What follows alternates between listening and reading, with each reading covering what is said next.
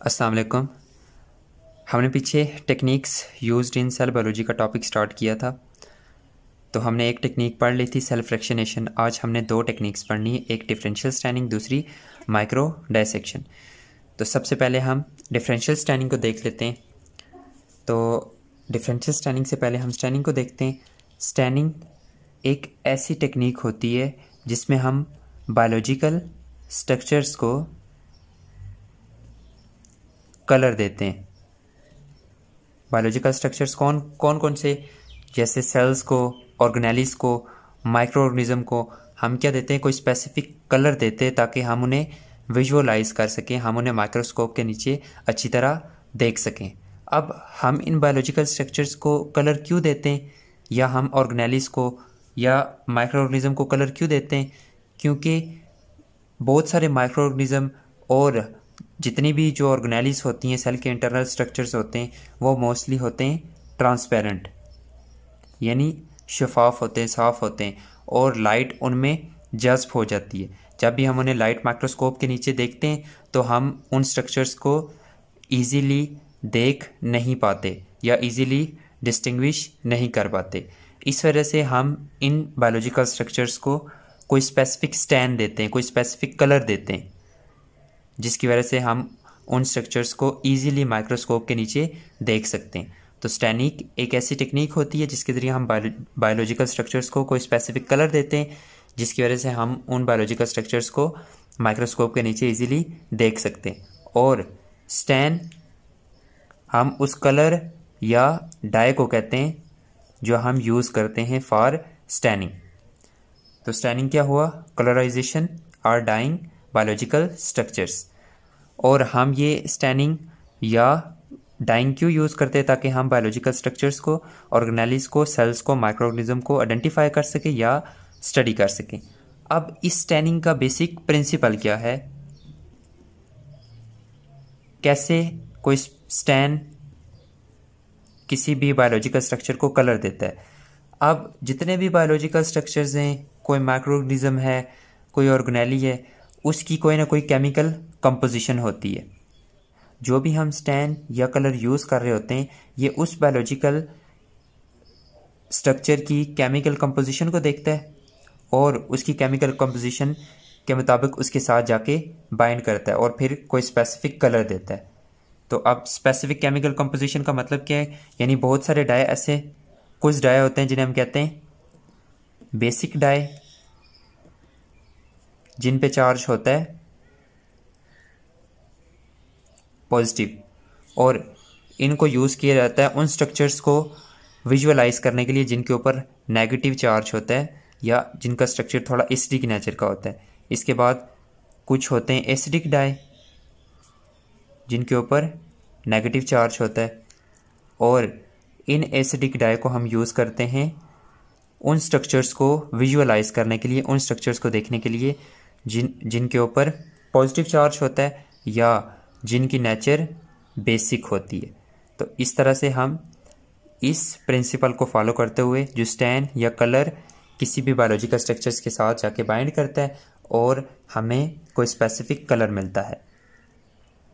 तो इस स्टैनिंग की दो मेजर टाइप्स हैं। एक को हम कहते हैं सिंगल स्टैनिंग, दूसरी है डबल स्टैनिंग और डिफरेंशियल स्टैनिंग। इसकी और भी बहुत सारी टाइप्स हैं, लेकिन जो हमने पढ़नी है यहाँ पे, एक सिंगल स्टैनिंग है, दूसरी डबल स्टैनिंग है। सबसे पहला डिफरेंस जो आपने इन दोनों के हवाले से ध्यान में रखना है वो ये है कि सिंगल स्टैनिंग में हम एक ही स्टैन यूज़ करते हैं और डबल या डिफरेंशियल स्टैनिंग में हम एक से ज़्यादा स्टैन यूज़ करते हैं। तो सिंगल स्टैनिंग में हम क्या करते हैं? ओनली वन स्टैंड यूज़ करते हैं, यानी इस सिंगल स्टैनिंग में हम एक ही स्टैंड यूज़ करते हैं, एक ही डाई या एक ही कलर यूज़ करते हैं। अब हम इसको देख लेते हैं कि हम सिंगल स्टैनिंग में कैसे एक स्टैंड यूज़ कर रहे होते हैं। जैसे मैं कहता हूँ ये हमारा सेल है और इस सेल के अंदर डिफरेंट ऑर्गेनेलिस प्रेजेंट है, जैसे न्यूक्लियस, इसके बाद एंडोप्लाज्मिक रेटिकुलम, माइटोकॉन्ड्रिया, इसके बाद गोल्जी बॉडीज़, इसके बाद लाइसोसोम, राइबोसोम, ये डिफरेंट तरह की ऑर्गेनेलिस एक सेल के अंदर होती है। तो सिंगल स्टैनिंग में हम एक स्टैंड यूज़ करते हैं और ये एक स्टैंड, ये जितनी भी यहाँ पे ऑर्गेनेलिस होती हैं उन्हें एक ही कलर देता है। तो आपकी बुक में यहाँ पे एक एग्जांपल दी हुई है कि बोरेक्स क्रोमाइन की, और ये बोरेक्स क्रोमाइन किसको स्टैंड करता है? न्यूक्लियस को।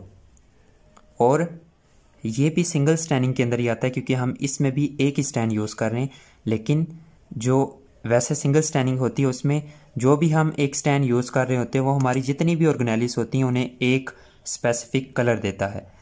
और इस सिंगल स्टैंडिंग का दूसरा नाम ये है कि इसको हम सिंपल स्टैंडिंग भी कहते हैं, यानी हम इसमें एक स्टैंड यूज़ करते हैं और जितनी भी ऑर्गेनेलिस सेल के अंदर होती हैं उन ऑर्गेनेलिस को ये स्टैंड एक ही कलर देता है।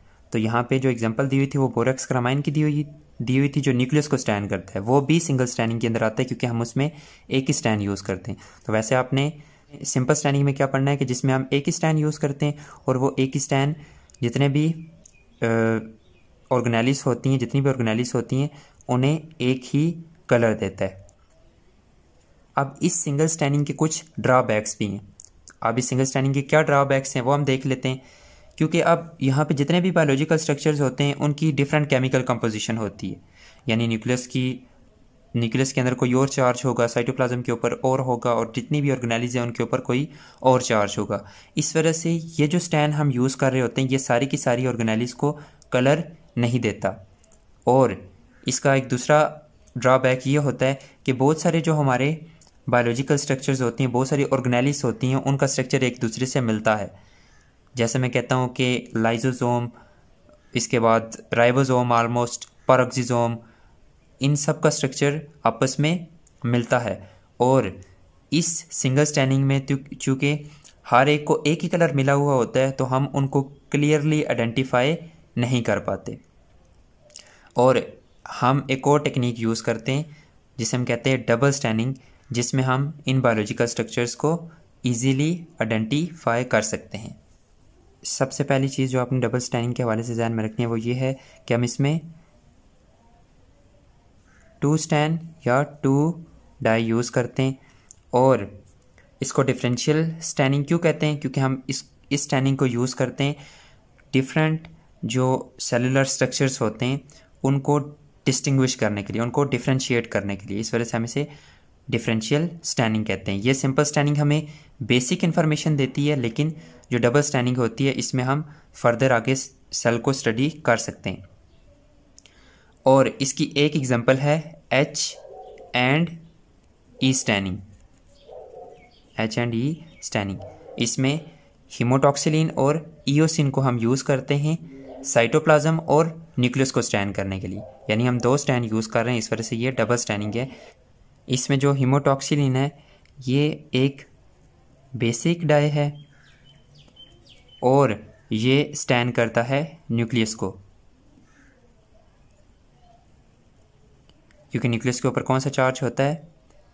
नेगेटिव। और ये जो बेसिक डाई हम हीमोटॉक्सिलिन यूज़ कर रहे होते हैं इसके ऊपर पॉजिटिव होता है। इसके बाद जो ईओसिन है ये स्टैंड करता है साइटोप्लाज्म को। अब साइटोप्लाज्म को स्टैंड करके हम ऑर्गेनेलिस को देख सकते हैं, और साइटोप्लाज्म के ऊपर पॉजिटिव चार्ज होता है, और जो ईओसिन हम यूज़ कर रहे होते हैं डाई, इसके ऊपर नेगेटिव चार्ज होता है, या इसकी जो नेचर होती है वो एसिडिक होती है।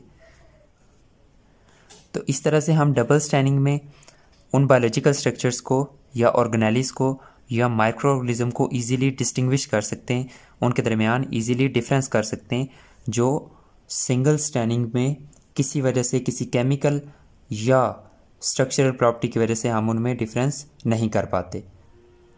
तो हमने देख लिया था कि क्यों केमिकल और स्ट्रक्चरल प्रॉपर्टी की वजह से हम सिंगल स्टैंडिंग में डिफरेंट स्ट्रक्चर्स को इजीली डिस्टिंग्विश या इजीली उनके दरमियान डिफरेंस क्यों नहीं कर पाते, क्योंकि बहुत सारी ऐसी ऑर्गेनेलिस होती है जिनका स्ट्रक्चर एक दूसरे के साथ मिलता है, या जो हम स्टैंड यूज़ कर रहे होते हैं वो उनके साथ बाइंड नहीं कर पाता, जिसकी वजह से वो कलर नहीं देती। तो उनके लिए हम डबल या डिफरेंशियल स्टैंडिंग यूज़ करते हैं।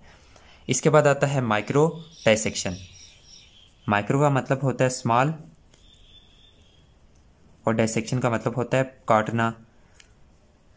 तो माइक्रो डाइसेक्शन वैसे यहाँ पे आप समझ लें कि उन बायोलॉजिकल स्ट्रक्चर्स की डाइसेक्शन है जो वैसे हमें नेकेड आई से क्लियरली नज़र नहीं आते। या आप इसको ऐसा भी कह सकते हैं, जो माइक्रो आप समझ लें, माइक्रोस्कोप और डायसेक्शन, ब्रेक करना, काटना, यानी हम बायोलॉजिकल स्ट्रक्चर्स की डायसेक्शन कर रहे हैं, बायोलॉजिकल स्ट्रक्चर्स को डायसेक्ट कर रहे हैं बाय यूजिंग माइक्रोस्कोप। तो ये डायसेक्शन की एक ऐसी टाइप है जिसमें हम किसको यूज़ करते हैं, माइक्रोस्कोप को यूज़ करते हैं। तो माइक्रो डायसेक्शन में हम बायोलॉजिकल स्ट्रक्चर्स को ब्रेक करते हैं, उन्हें काटते हैं बाय यूजिंग माइक्रोस्कोप। और इसकी पहले हम देख लेते हैं एप्लीकेशंस कि हम ये माइक्रो डायसेक्शन क्यों यूज़ करते हैं। ये माइक्रो डायसेक्शन हम यूज़ करते हैं to study DNA, RNA, proteins, या हम इसको यूज़ करते हैं टिश्यू में से सेल्स को सेपरेट करने के लिए, और इसको हम यूज़ करते हैं इस माइक्रो डायसेक्शन को डिफरेंट ट्यूमर्स को रिमूव करने के लिए, या हम ऐसा कह सकते हैं ट्यूमर सेल्स को रिमूव करने के लिए हम इस माइक्रो डायसेक्शन को यूज़ करते हैं। और इस माइक्रो डायसेक्शन में इसमें हम कौन कौन से इंस्ट्रूमेंट यूज़ करते हैं। पहली चीज़, हम इसमें माइक्रोस्कोप यूज़ करते हैं जिसके नीचे हमारा सैंपल पड़ा हुआ होता है। इसके बाद हम ये माइक्रोस्कोप कनेक्टेड होती है किसी मॉनिटर के साथ या किसी टीवी स्क्रीन के साथ, जिसके ऊपर हम उस बायोलॉजिकल स्ट्रक्चर को इजीली देख रहे होते हैं। और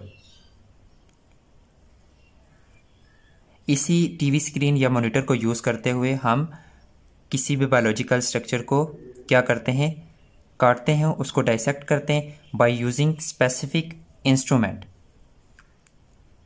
वो कोई लेज़र बीम भी हो सकती है, वो कोई माइक्रोस्कोपिक नीडल भी हो सकती है, और इनको यूज़ करते हुए हम किसी भी बायोलॉजिकल स्ट्रक्चर को क्या करते हैं, डाइसेक्ट करते हैं। तो अगर मैं कहता हूँ कि ये एक माइक्रोस्कोप है, इस माइक्रोस्कोप के नीचे कोई भी हमने टिश्यू रखा हुआ है जिसमें से हमने सेल्स को, किसी एक सेल को सेपरेट करना है, और ये माइक्रोस्कोप किसके साथ कनेक्टेड होती है, मॉनिटर के साथ या टीवी स्क्रीन के साथ। इसके बाद जो भी हम इंस्ट्रूमेंट यूज़ कर रहे होते हैं वो भी किसके साथ कनेक्टेड होता है, मॉनिटर के साथ या टीवी स्क्रीन के साथ। और हम इस टीवी स्क्रीन या मॉनिटर के ऊपर जो उस टिश्यू की लार्ज इमेज होती है उसमें से किसी स्पेसिफिक सेल को सिलेक्ट कर लेते हैं। ये फॉर एग्जांपल बहुत सारे सेल्स हैं इस तरह से, और इन सेल्स में से किसी एक स्पेसिफिक सेल को हम ऐसे सिलेक्ट करते हैं, और वो इंस्ट्रूमेंट जो डाइसेक्शन करता है जैसे लेज़र बीम या माइक्रोस्कोपिक नीडल, वो उस स्पेसिफिक सेल को उस टिश्यू में से रिमूव कर देती है। तो इस तरह से हम माइक्रो डाइसेक्शन में डिफरेंट बायोलॉजिकल स्ट्रक्चर को डाइसेक्ट करते हैं। और इसका एक और बेनिफिट ये है कि हम इसमें जो भी सेल्स वगैरह रिमूव कर रहे होते हैं बाय माइक्रो डाइसेक्शन, वो सेल उसको डैमेज कम से कम आता है या उसको डैमेज बिल्कुल नहीं आता। जैसे हम पीछे सेल फ्रैक्शनेशन में, होमोजेनाइजेशन में सेल्स को सेपरेट करते हैं या ऑर्गेनेलिस को सेपरेट करते हैं, वहाँ पे ऑर्गेनेलिस को सेपरेट करते हुए नुकसान पहुँच सकता है, लेकिन यहाँ पे हम ऑर्गेनेलिस को या सेल्स को जब सेपरेट करते हैं तो इन्हें नुकसान नहीं पहुँचता। और इवन हम माइक्रो डाइसेक्शन में सेल्स की ऑर्गेनेलिस को भी क्या कर सकते हैं, सेपरेट कर सकते हैं। इस माइक्रो डाइसेक्शन की बहुत सारी टाइप्स है डिपेंडिंग अपॉन कि हम किस चीज़ की डाइसेक्शन कर रहे हैं या हम कौन सा इंस्ट्रूमेंट यूज़ कर रहे हैं डाइसेक्शन के लिए। तो यहाँ पे हमने दो टाइप्स पढ़नी है, एक क्रोमोसोमल माइक्रो डाइसेक्शन, दूसरी लेज़र माइक्रो डाइसेक्शन। और ये क्रोमोसोमल माइक्रो डाइसेक्शन क्रोमोसोम के किसी पीस को रिमूव करने के लिए यूज़ की जाती है, टू रिमूव क्रोमोसोमल पीस। और इस लेज़र माइक्रो डाइसेक्शन को ज़्यादातर यूज़ किया जाता है टिश्यू में से सेल्स को रिमूव करने के लिए या ट्यूमर्स वगैरह को रिमूव करने के लिए। तो पहले हम क्रोमोसोमल माइक्रो डाइसेक्शन को देखते हैं। आपको पता है ये जो जेनेटिक मटेरियल ये क्रोमोसोम होता है, ये दो हालत में सेल के अंदर प्रेजेंट होता है। एक इस तरह की जिसे हम कहते हैं क्रोमाटिन, और दूसरी इस तरह की जिसे हम कहते हैं क्रोमोसोम। तो हम उस टाइम जो क्रोमोसोम होता है उसे सेल के न्यूक्लियस में से बाहर निकालते हैं जब वो इस स्टेज में होता है, क्रोमोसोमल स्टेज में होता है। नॉर्मली प्रोफेज और मेटाफेज स्टेज में जब सेल डिवाइड करता है तो उसमें एक प्रोफेज और मेटाफेज स्टेज आती है, प्रोफेज के बाद मेटाफेज स्टेज आती है। इन दोनों स्टेज में जो जेनेटिक मटेरियल होता है या क्रोमेटिन होता है वो किस में कन्वर्ट हो जाता है, क्रोमोसोम। और इस स्टेज में हम सेल को लेते हैं और उस सेल में से क्रोमोसोम को रिमूव करते हैं। फिर इस क्रोमोसोम में से किसी पार्टिकुलर पार्ट को क्रोमोसोमल माइक्रोडाइसेक्शन के ज़रिए रिमूव करते हैं। फॉर एग्जांपल अगर हम इस पार्ट को रिमूव करना चाहते हैं, हम इस पार्ट को क्रोमोसोमल माइक्रोडाइसेक्शन के ज़रिए रिमूव करते हैं। हम क्रोमोसोम को, ये जेनेटिक मटेरियल को हम माइक्रोस्कोप के नीचे रखते हैं और फिर मॉनिटर के ज़रिए हम किसी स्पेसिफिक पार्ट को हाईलाइट कर देते हैं जिसको भी रिमूव करना होता है। फिर जो माइक्रोस्कोपिक नीडल होती है वो क्या करती है, उस स्पेसिफिक जगह से क्रोमोसोम को काट देती है और फिर हम इसको फर्दर यहाँ पे जो भी डीएनए होता है उसको फर्दर हम स्टडी के लिए यूज़ करते हैं। इसके बाद लेज़र माइक्रोडाइसेक्शन में क्या होता है, लेज़र माइक्रोडाइसेक्शन में बिल्कुल उसी तरह से मॉनिटर माइक्रोस्कोप हम यूज़ कर रहे होते हैं। माइक्रोस्कोप के नीचे हम कोई टिश्यू रखते हैं और फिर हम मॉनिटर के ज़रिए किसी स्पेसिफिक सेल को हाईलाइट करते हैं जिसको रिमूव करना होता है। और जैसे हाईलाइट करते हैं तो ये लेज़र बीम जो हम इस लेज़र माइक्रोडाइसेक्शन में यूज़ करते हैं, ये लेज़र बीम उस स्पेसिफिक सेल को टिश्यू में से क्या कर देती है, रिमूव कर देती है। फिर हम आगे उस सेल को फर्दर स्टडी के लिए यूज़ करते हैं।